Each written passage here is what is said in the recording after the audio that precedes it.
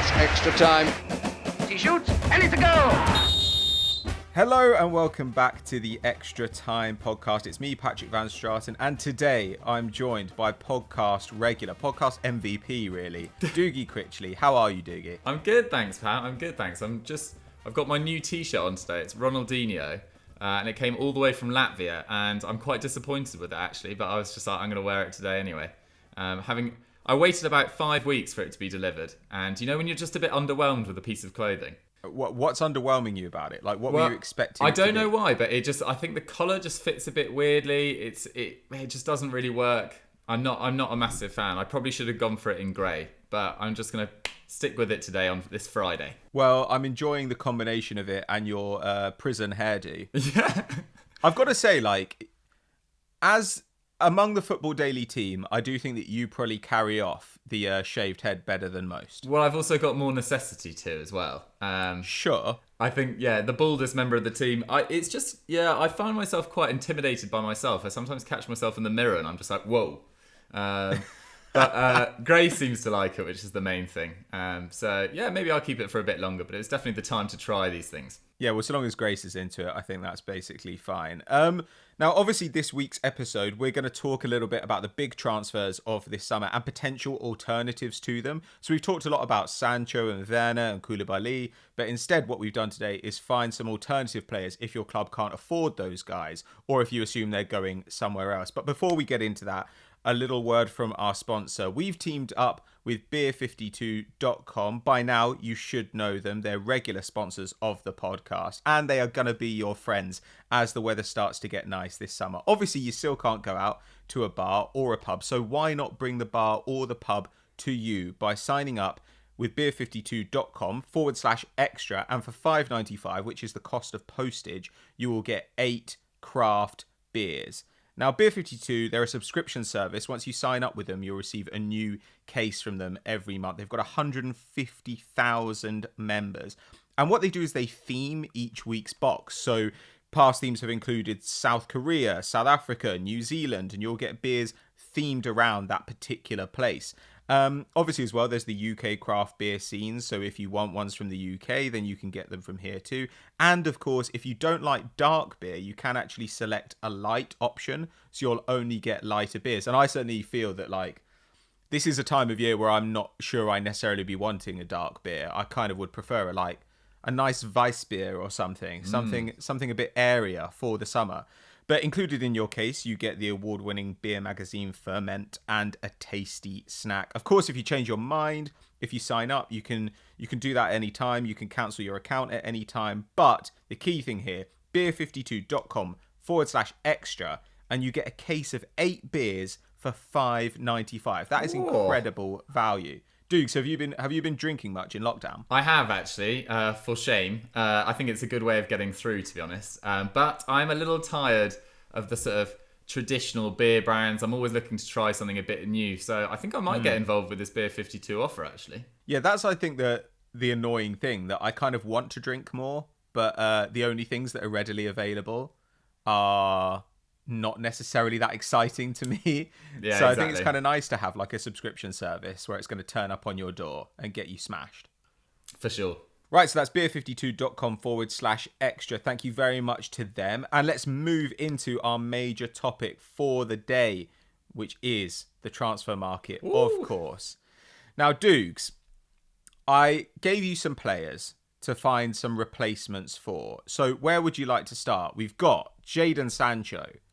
We've got Ben Chilwell. We've got, let me scroll down. We've got Thomas Partey and we've got Kalidou Coulibaly. So should we kick off with Chilwell, actually, because he's in the news a lot this week.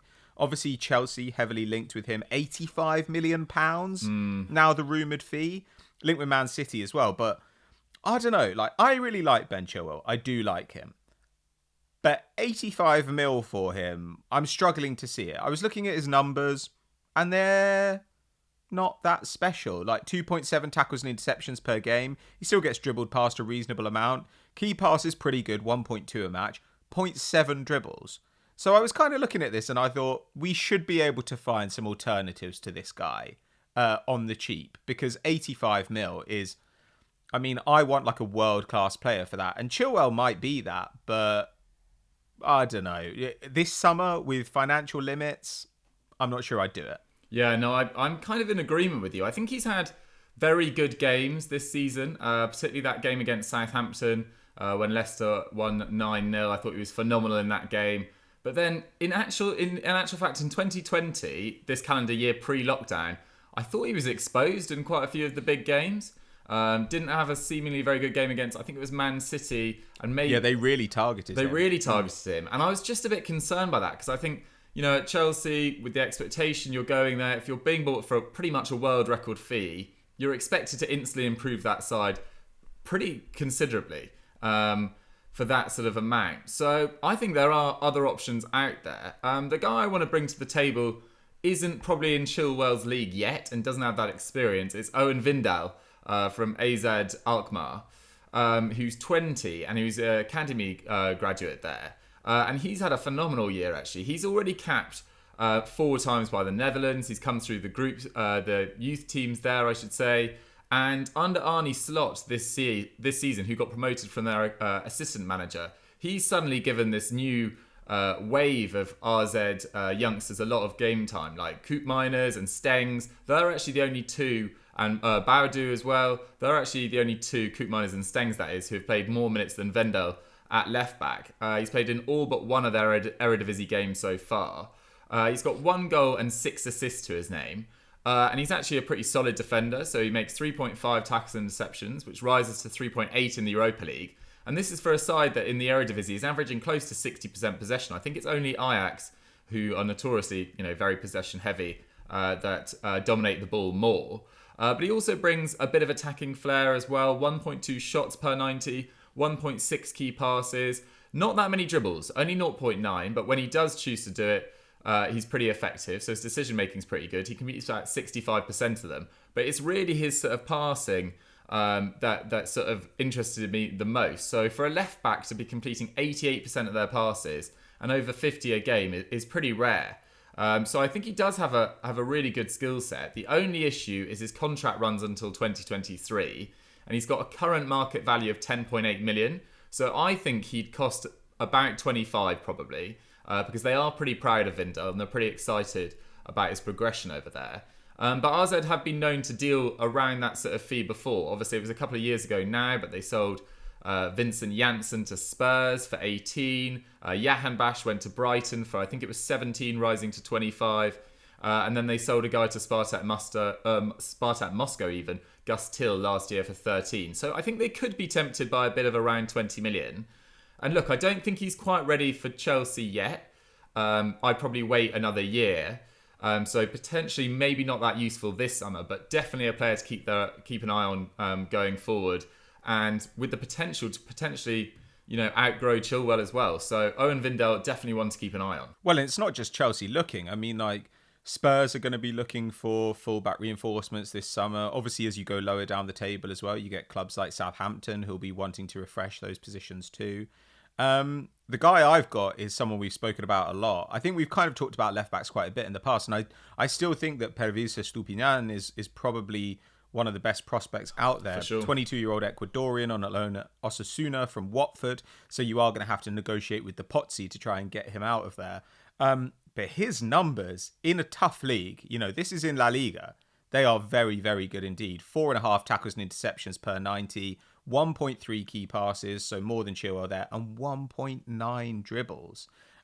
He's about the same height as Chilwell, I think.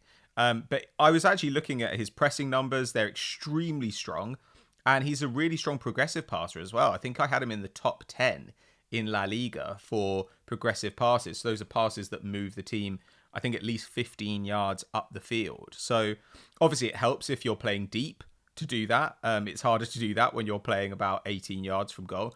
But very, very impressive from him. And it looks like if nobody comes in with a big bid for him, you'd expect him to go straight into the Watford lineup next season, I'd have thought. But certainly if I was Spurs, I'd be taking a look at Estupiñán or someone like that. And I think quite a few clubs are going to be sniffing around because he's probably the outstanding prospect in this position. Yeah, for sure. But I like Wijndal. I hadn't really heard of him, so I'm quite excited about him. Yeah, I mean, it's an exciting prospect. I was just thinking of other Premier League teams. I mean, Wolves don't have that much depth at left-back either. Even Liverpool. Leighton Baines might well retire this summer. So Luca Digne might need a backup or someone to compete for his spot because he probably hasn't hit the heights of his first year necessarily at Everton. So I think there's plenty of Premier League clubs and clubs throughout Europe that'll be looking for left backs. Yeah, definitely. So shall we move on to one of the really big hitters? Shall we move on to Jaden Sancho? Let's do it. Because obviously everyone would love to sign Jaden Sancho this summer. He's been linked with Real Madrid, Man United, Liverpool, Chelsea. I think we assume Chelsea are kind of out of it and Liverpool too. But Real Madrid rumours have been getting stronger and stronger and stronger lately. And look... To be fair, it's hard to find cheap alternatives to Sancho because if you are a young forward who creates loads of chances, completes loads of dribbles and finishes at a high rate, chances are everyone's heard of you. And I also thought we should probably leave out Emiliano Buendia because we've spoken about him so much. But I thought, I don't know, you were probably the man to go to on this because you have produced some incredible who scored... I don't even know what the word would be, but like uncut gems from the depths of football stats, Twitter, and the web. What have you got for this one? Well, I'm not as proud of this one as some of the others I've found. He's more well known than some of those. But I was just thinking, sort of in Serie A, that Kulusevski's obviously got a move. Orsolini's getting a lot of tout as well. But actually, the player that I'd probably be interested in for a much cheaper alternative to Jaden Sancho is Sassuolo's Domenico Berardi. So he's only 25. He's got 5 Italy caps to his name, but he's got 8 years of experience playing for Sassuolo, 7 of those in Serie A. And you've got to take it, when you listen to his stats, you've got to bear in mind the context of Sassuolo. So they've only finished in the top 10 once in those 7 years, which was 6th in 15-16. And in that time, his numbers are really, really incredible. So it's 64 goals and 42 assists in 197 Serie A games, which is 0.5 goal contributions per game for, as I said, a middling side. This year, 20 Serie A games, 9 goals, 5 assists. But look, like his per 90 numbers are quite frightening. 4.5 shots, 1.9 key passes, 1.6 dribbles. So a very different style of player to Sancho, who's going to take a man on, who's very happy... who's much faster, much more dangerous in tight spaces. But in terms of, pure just upping the shot volume of your side, I think Berardi would be a much cheaper and just as an effective option for that alone. Because we have seen Sancho, although his finishing has been phenomenal this year, he's actually overperformed his expected goals by quite a bit. And Berardi's working at 0.6 expected goals and assists per 90, which is it's probably about 0.3 less than Sancho, I would have thought. So it is definitely a drop down, but I think he'd cost about half as much. And only Hamed Traore and Francisco Caputo are contributing more than 0.4. So he's really carrying Sassuolo. The only negative is he has spent so long at Sassuolo and his contract runs until 2024. So that makes me think that he's like a one club man. He's pretty, set in his ways at Sassuolo. He's enjoying being the sort of totem of their attacking play. And might not be that keen on a move, but he's valued at just £70 million. So if you could get him for about 35, I think that's a pretty good option, and one that a lot of clubs should consider. I'm always baffled why no clubs have really gone in for him. Maybe someone in the comments can let me know what's turning them away. But yeah, Berardi definitely one to consider for me anyway. Well, I think he did have one season, right, where he had pretty bad injuries, but when you think that I still think that one of his best seasons was when he was about 20. And it's really staggering he didn't get a move at the end of that because he had such good goal and assist numbers that season. I mean, it's so hard to find guys putting up big numbers at that age. Yeah, for sure. I mean, as you say, he went into the first team at 18 and was contributing big at that time for the first sort of 4 or 5 years and continues to do so. So his consistency, his consistency is incredible. Yeah.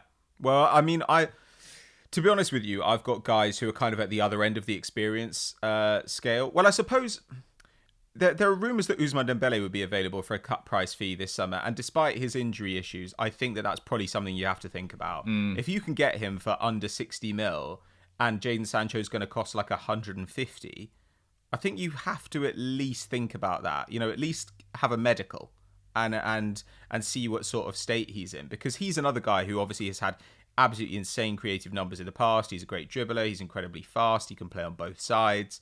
He can press as well. So I think he'd be a guy. Malcolm too. I mean, Malcolm, much like Sancho, put up big key pass numbers when he was in France, and he's played very, very little this season in Russia. Yeah, I think I he's haven't got really about been following 300 minutes. I think he's got about 300 minutes. Really? He's barely played at all. And so obviously that's a risk. He's pretty much sat out 2 years of football now, but he's so young that I still think it'd be worth a risk if you can get him for a cut price fee. Again, like big dribble numbers and much more of a shot monster than somebody like Sancho, though also a little bit less discerning about the shots he takes, shall we say. But the guys I've got here are ones who are really in their first seasons making an impact. So I've got Munichuia, who is a 21-year-old Frenchman playing in Ligue 1 with Dijon. He can play across the front line, but mostly plays off the left. But I don't know. He's played on the right. He's also played as a 10 this season. And he is currently creating a similar number of chances per game as Sancho, 2.6 per 90 to Sancho's 2.8, though they are of a much poorer standard. And that's partially because of the people he's playing with and because of the way the team plays. But he's on 0.4 expected goals and assists per 90. Sancho's on 0.9 right now. But then again, Sancho was on 0.6 last season and 0.6 the season before. So it's not actually that big a step up. Like, Sancho overperformed a lot last season. He's overperforming again this year. But it does show how quickly you can take steps forward at this kind of age. Anyway, Shuia, he's got 4 goals. He doesn't have any assists, but expected goals says he should have 4 assists. So that's really down to the quality of his teammates finishing that has limited his kind of goal output. And given that Dijon are 16th, or were 16th when the season was cancelled, 3 points above the drop, the third lowest scorers in France, I think that's pretty impressive. 2.3 shots a game, that's slightly ahead of Sancho on 2.2. And also, because he's been playing on the wing, his defensive numbers are great. He's got 3 tackles and interceptions per 90, which for a young forward is something we so rarely see. And dribbles-wise, he's already one of the best in Europe. He's completing 4.2 dribbles per 90. This is in his first season in Ligue 1. 4.2 dribbles per 90, which is 8th in Europe. And of the 7 players completing more dribbles per 90 than him, only Messi and Neymar have a better success rate than him, on 63%. Fair enough. I can see why everyone's been DMing me on Twitter saying check this guy out, and I just haven't had the time. Amazing. Yeah, I think I looked at his goal numbers and I was like, whatever.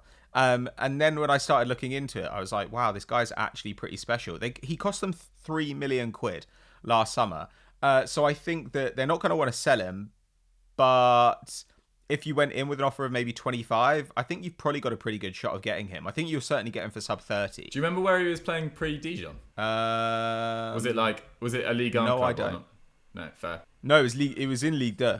Oh, okay. So this was his move up to the big time. So I think that he's definitely an interesting candidate, and he's already been linked with teams like Southampton and Chelsea. Weird combination there. The other guy I think is Moussa Diaby at Leverkusen. Oh yeah. He's obviously 20 years old, 4 goals and 5 assists in 1,400 minutes at the time of recording. That probably will have changed this weekend. 0.6 expected goals and assists per 90, so the same as Sancho in the 2 seasons before this. His raw numbers aren't that impressive. It's like 2 shots, 1.6 key passes a game, but the quality of the chances he's taking or creating for his teammates are very, very high. 3.8 dribbles per 90, again with about a 2/3 success rate, so very, very good. He only cost them 14 mil, and I think that if you were to pay 3 times that this summer, that would still be, a third of what we'd expect Sancho to cost? Yeah. So I think that he'd definitely be an interesting candidate. And again, we've seen Arsenal linked with him in the last couple of weeks. So, Dukes, if you had to go for one of these and say you were Man United and it turned out you couldn't get Sancho, you just couldn't pay for him this summer, who would you go for? I think definitely Moussa Diaby, to be honest. I think Berardi slightly concerns me. No one else has gone for him, at least in a big way. Moussa Diaby, I just love watching him play. I think the way he started the season pretty much on the bench and struggled to break into the team, and then really got his chance around sort of November time, completely superseding Leon Bailey in the pecking order of that club, playing in a variety of positions on both wings as well, in a variety of systems as well under Peter Bosz, because we know that he likes to alternate between, a 3-4-3 and various other combinations of that. And I just think he's really intelligent in the way he picks up positions, the way he can thread attacks, and lightning fast as well. And I could actually see him being moulded into a very talented player. He's probably not obviously at Sancho levels just yet, but there's no reason that he couldn't be in a few years. So I'm really excited about Moussa Diaby. Well, especially now, he's got experience playing in a pressing team. Like, he's played under Tuchel, he's played under Bosz. Like, that's got to count for something. So yeah, I completely agree. Like, Diaby's the guy who's like ready to step up, right? Whereas Shria, you can imagine Shria having another couple of years in Ligue 1, or maybe going to a Southampton and then making the next step when he's 23, 24. For sure.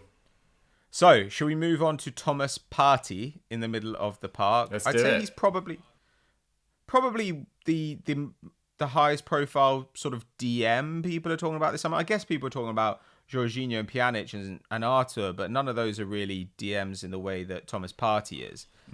Obviously, great defensive numbers this season, really good progressive passer. Dribbling is phenomenal. Like, he can just do a bit of everything in the centre of the park, as shown by the fact that for years I didn't really know what position he played, because I remember him coming on in the Champions League final and playing as like an auxiliary centre forward, and he's played right back, I think he's played centre back, he's played every midfield spot. Heavily linked with Arsenal, but he's going to cost his buyout, which is about 50 mil. He's 26, which is fine, but you do imagine that if you were willing to get somebody a bit older or a bit younger, you could probably pay a bit less. So, Dukes, do you have somebody who you like as a Thomas Partey alternative? Yeah, well, I'm just really pleased that this guy has sort of turned around his career after such a damaging year in the Premier League. It's Andre Frank Zambo Anguissa, who was picked up by Fulham, came in with a big reputation, and it didn't really happen for him at Fulham. I actually thought he played fine compared to a lot of their other summer signings that year. But he's gone to Villarreal on loan from Fulham, and he's played a lot more of an attacking role than Partey this season. But like Partey, he's historically been a DM, and he's an excellent dribbler. He's a good progressive passer. He's just an all-round good player, and he's carries a physical threat with him as well. He's a very tall guy as well. So this year, 4.5 tackles and interceptions per 90. Partey's actually at 4.2.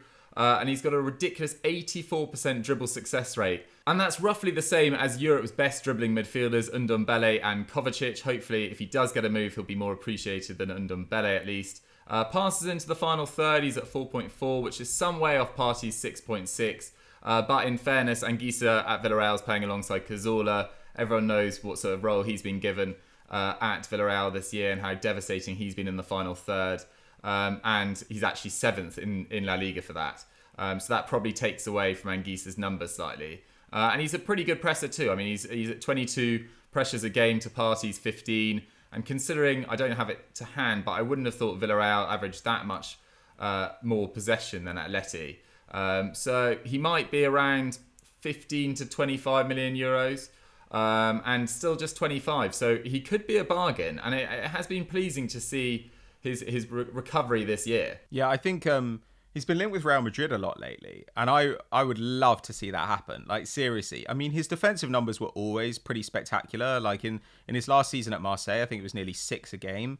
But to be putting out Thomas Partey level defensive work and over 3 dribbles a match and be a good passer, like, I was actually watching a compilation of him yesterday, and some of the turns, like the thing I love about him is obviously his match awareness, like the intelligence to know when he should sit, when he should press, when he can run, when he should pass. Like, he just seems to know exactly what he should be doing and have a really good sense for those like key moments.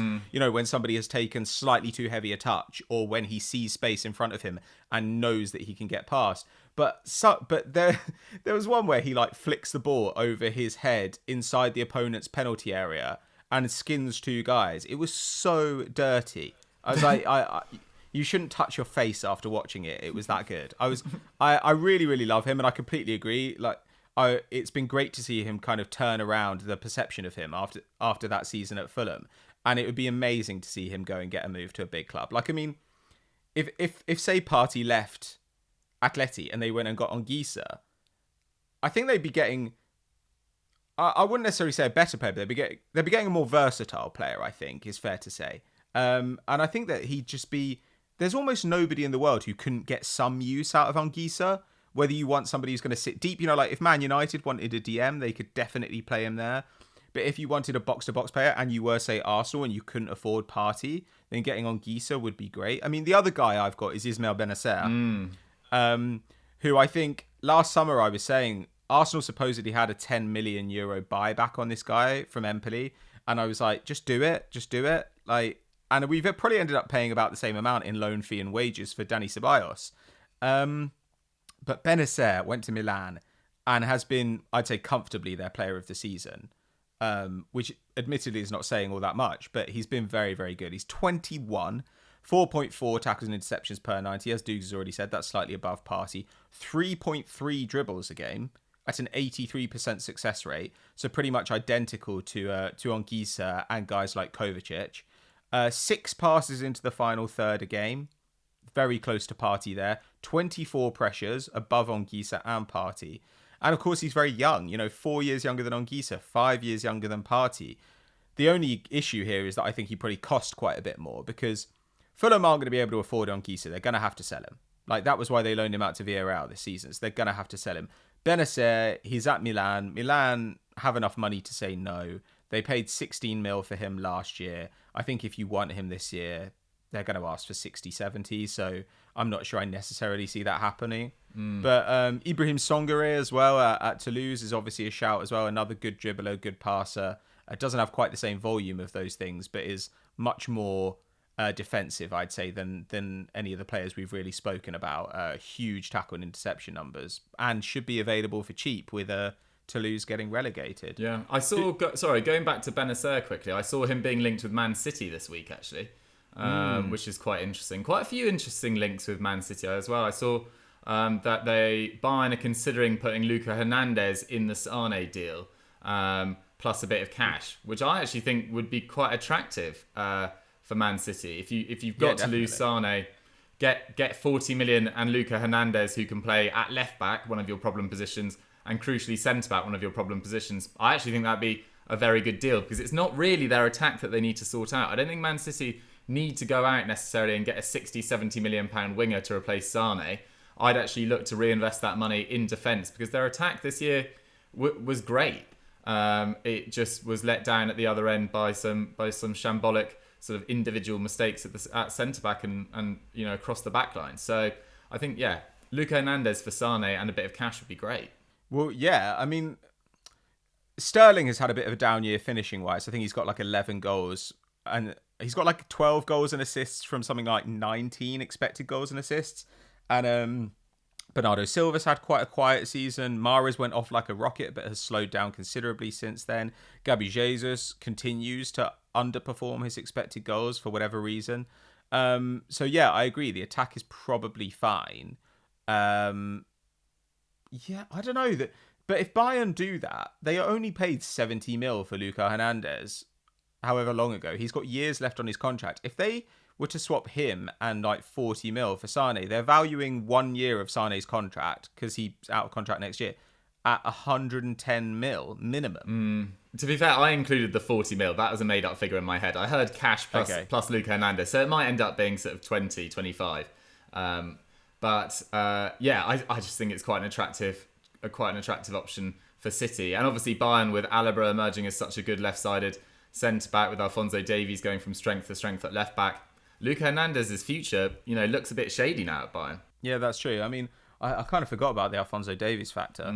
God, yeah, maybe that would work out for everyone. And then also he'd be on the same side as Laporte, and obviously, they speak the same languages. So that might work out quite nicely too. He might even be able to persuade Deschamps to cap Laporte as well. So we'll see. Well, somebody probably should cap Laporte at some point.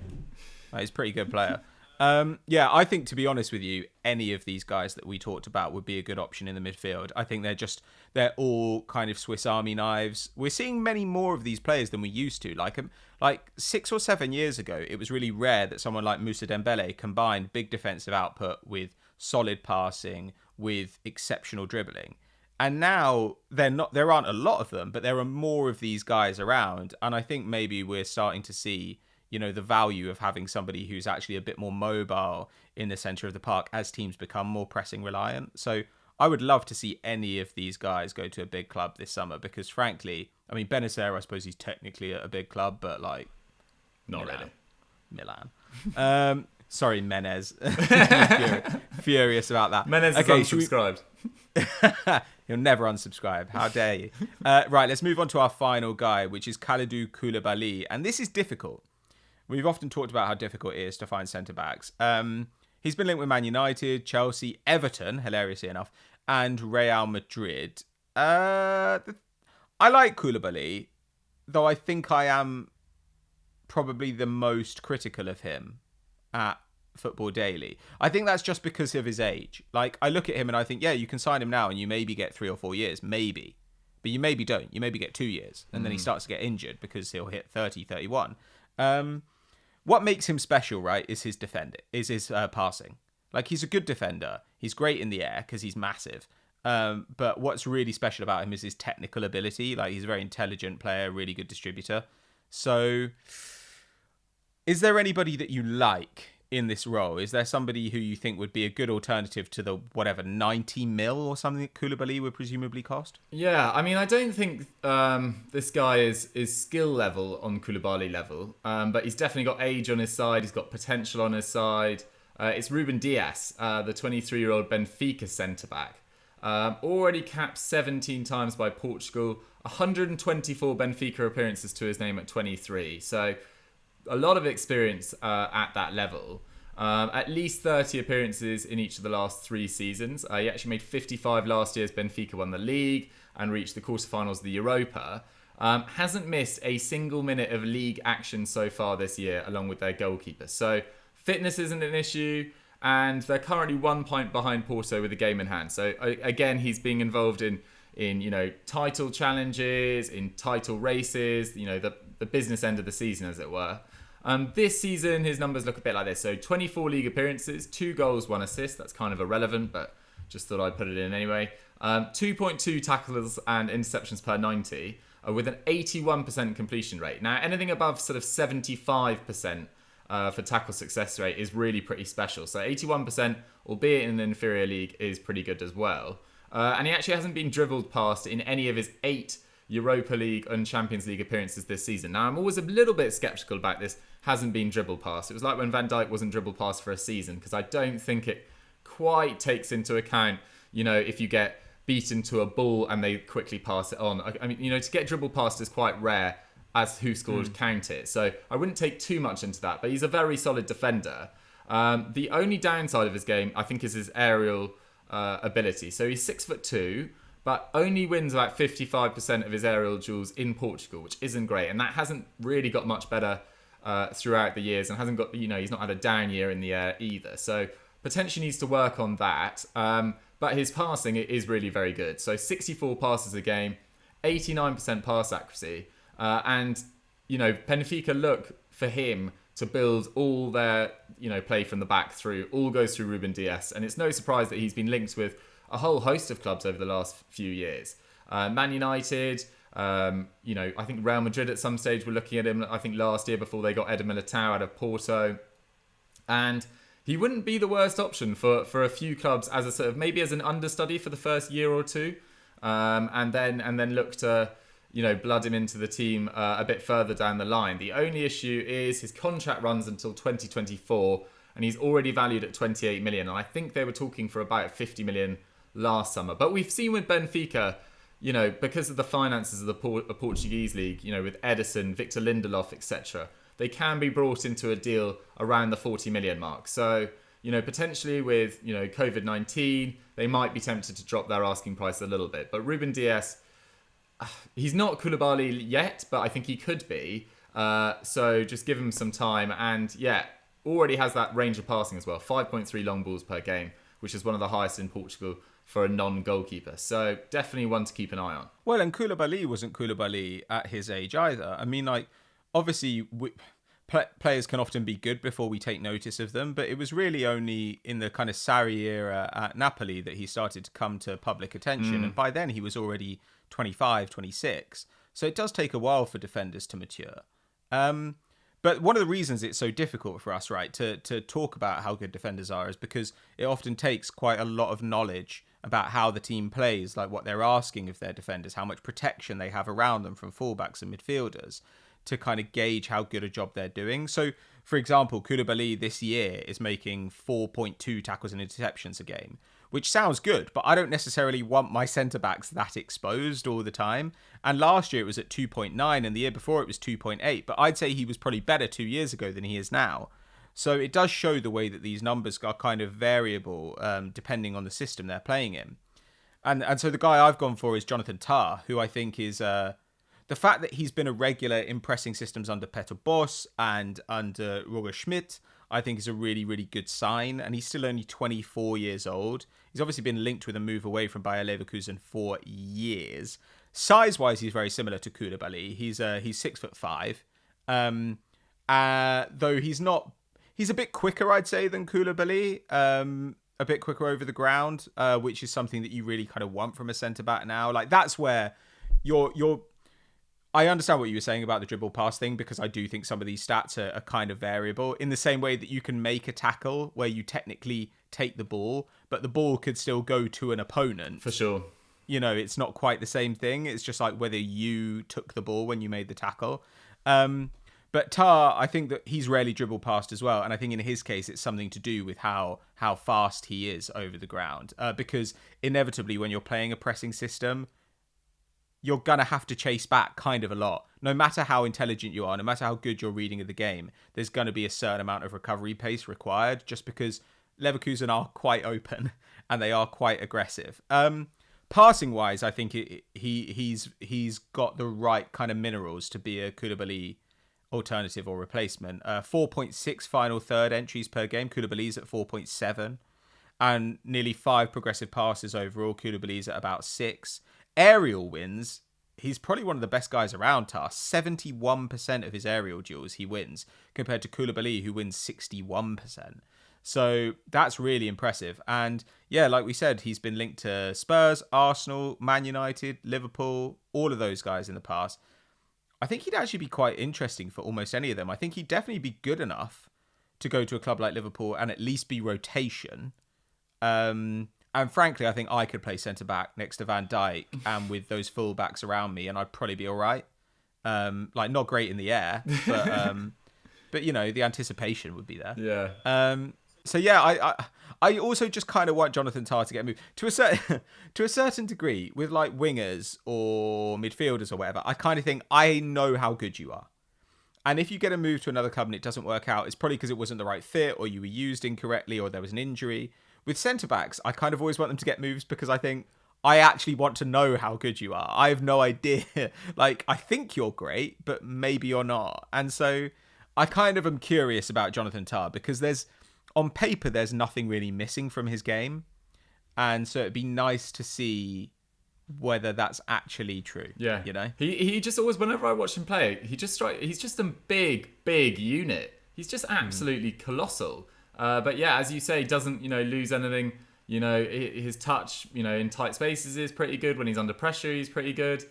He doesn't have bad pace. So yeah, I think he's a really exciting prospect and probably one of the best German centre-backs coming through in a position of, incredible strength for them. Similar to France, there's just so many German centre-backs. Well, I think as well, I think one of the things as well that makes Tarr look really big is he's got a really tiny head. Yeah, like, but massive shoulders. Yeah, I remember them saying this on like America's Next Top Model years ago. They were just like, you know what, models have really small heads because it makes their bodies look longer. And it's actually true. Like if you see a picture of like Naomi Campbell from back in the day or like Cindy Crawford, you're like, Jesus, their heads are tiny. And with Jonathan Tarr, it's like he's got this tiny head, like on top of like, he looks like the Iron Giant. He's got really broad shoulders, but a tiny little head. I thought you were going to say that Tarr featured on America's Next Top Model, and I was like, here we go. Go on, Jonathan. Go for it. I mean, he's definitely got the frame for it, but I'm not sure that he would be able... I'm not sure that he probably has the look. No. The look book. Probably not what they're looking for, no. Well, it really depends whether he can walk. That's the main thing. That I don't know whether he can give face. But I think that's probably it. These are the replacements that we've got. So just before we finish, Dukes, I wanted to ask you a little anything but football question. Oh, sure. Is there anything you've been reading, watching, playing that you've been excited about in lockdown that you can recommend to the viewers / listeners? I wouldn't recommend what I've been playing. I've been playing a lot of Football Manager, so stay clear of that because, try and live a more, nourishing, intellectually stimulating life. But what have I been watching? So I've been, we started the Jeffrey Epstein Filthy Rich this week, which was pretty hard to watch, actually. We've done 2 episodes, I think. I'm not actually sure whether I'm going to finish it. You kind of get quite a good idea of it by the first episode, really. But I would recommend that in a way. It's pretty harrowing. The Last Dance I'm watching as well, which I'm really enjoying. And then Grace and I have just started, I've never watched it before, but started Modern Family, which is just easy laughs. So yeah, that's what I've been watching. And then in terms of what I've been reading, I've been restarted. So I got Sapiens about 6 or 7 months ago. And started it on a plane when I was really tired and was just like, oh no, this is too much for me. But now I've picked it back up in lockdown and I'm actually really enjoying it. Hearing how there was 2-ton wombats in Australia prior to humans arriving in Australia. Pretty mental. Wow. So yeah, we've done some real damage to the earth over the years and we continue to do so, us humans. So read all about that in Sapiens, and he's a very intelligent guy. I can't quite pronounce his name, but he knows what he's talking about. Cool. Good recommendations, Steve. Thank you. I've watched Dave, the Little Dicky sitcom, which is actually available on iPlayer, which is... I haven't heard of that. It's really good. I was... I kind of remember Little Dicky from, I think when I was at university, just kind of comedy rap, which I'm always a little bit on the fence about, but I did enjoy him, and now he's made a sitcom which is genuinely quite touching and really funny. Oh, nice. What am I reading? Oh, I'm reading London Fields by Martyn Amos, which I mean, it's a bit of a trudge. I feel like quite often you get to that point with a book where the end is in sight. It's the way you feel on a Friday morning when you're like, okay, I've got 100 pages left of this thing.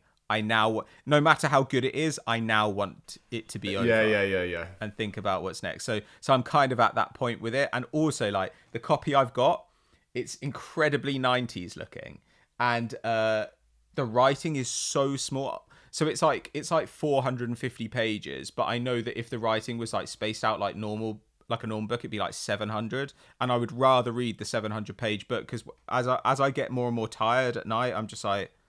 Yeah, for sure. Plus, it's more satisfying just to keep on flicking, Yeah, watch me go. Also, I'm reading Harry Potter in French. Oh, nice. Which one? Just the first one. It's the only one we've got in the house, and I just picked it up the other day, and it's between the fact that I obviously know the book very well, and my French has improved, I guess. It's actually pretty manageable. Oh, nice. Because if there's a bit where you're not sure what the word is or whatever, you can kind of guess it from context because you've read the book. Yeah. So that's quite good fun. Love a bit of Harry Potter. Yeah, I think we're probably approaching the time where I'm due a reread. I haven't reread them in years. Cool. Well, thank you very much for joining me today, dudes. Absolute pleasure. And thank you guys very much for listening or watching. Remember to go to beer52.com/extra, and for $5.95 you can get 8 craft beers. Very exciting times. I don't know, Dukes, is there anything that we need to point to? I'm just thinking. Go and check out all the Everything You Need to Knows on Football Daily. I think they are probably our best style of videos, and they are well worth watching. I think people have made massive effort on the scripts and on the visuals as well, so they definitely deserve a lot of love. Completely agree. Thank you very much for joining us, and we'll see you all next time. Bye. It's extra time. He shoots, and it's a goal.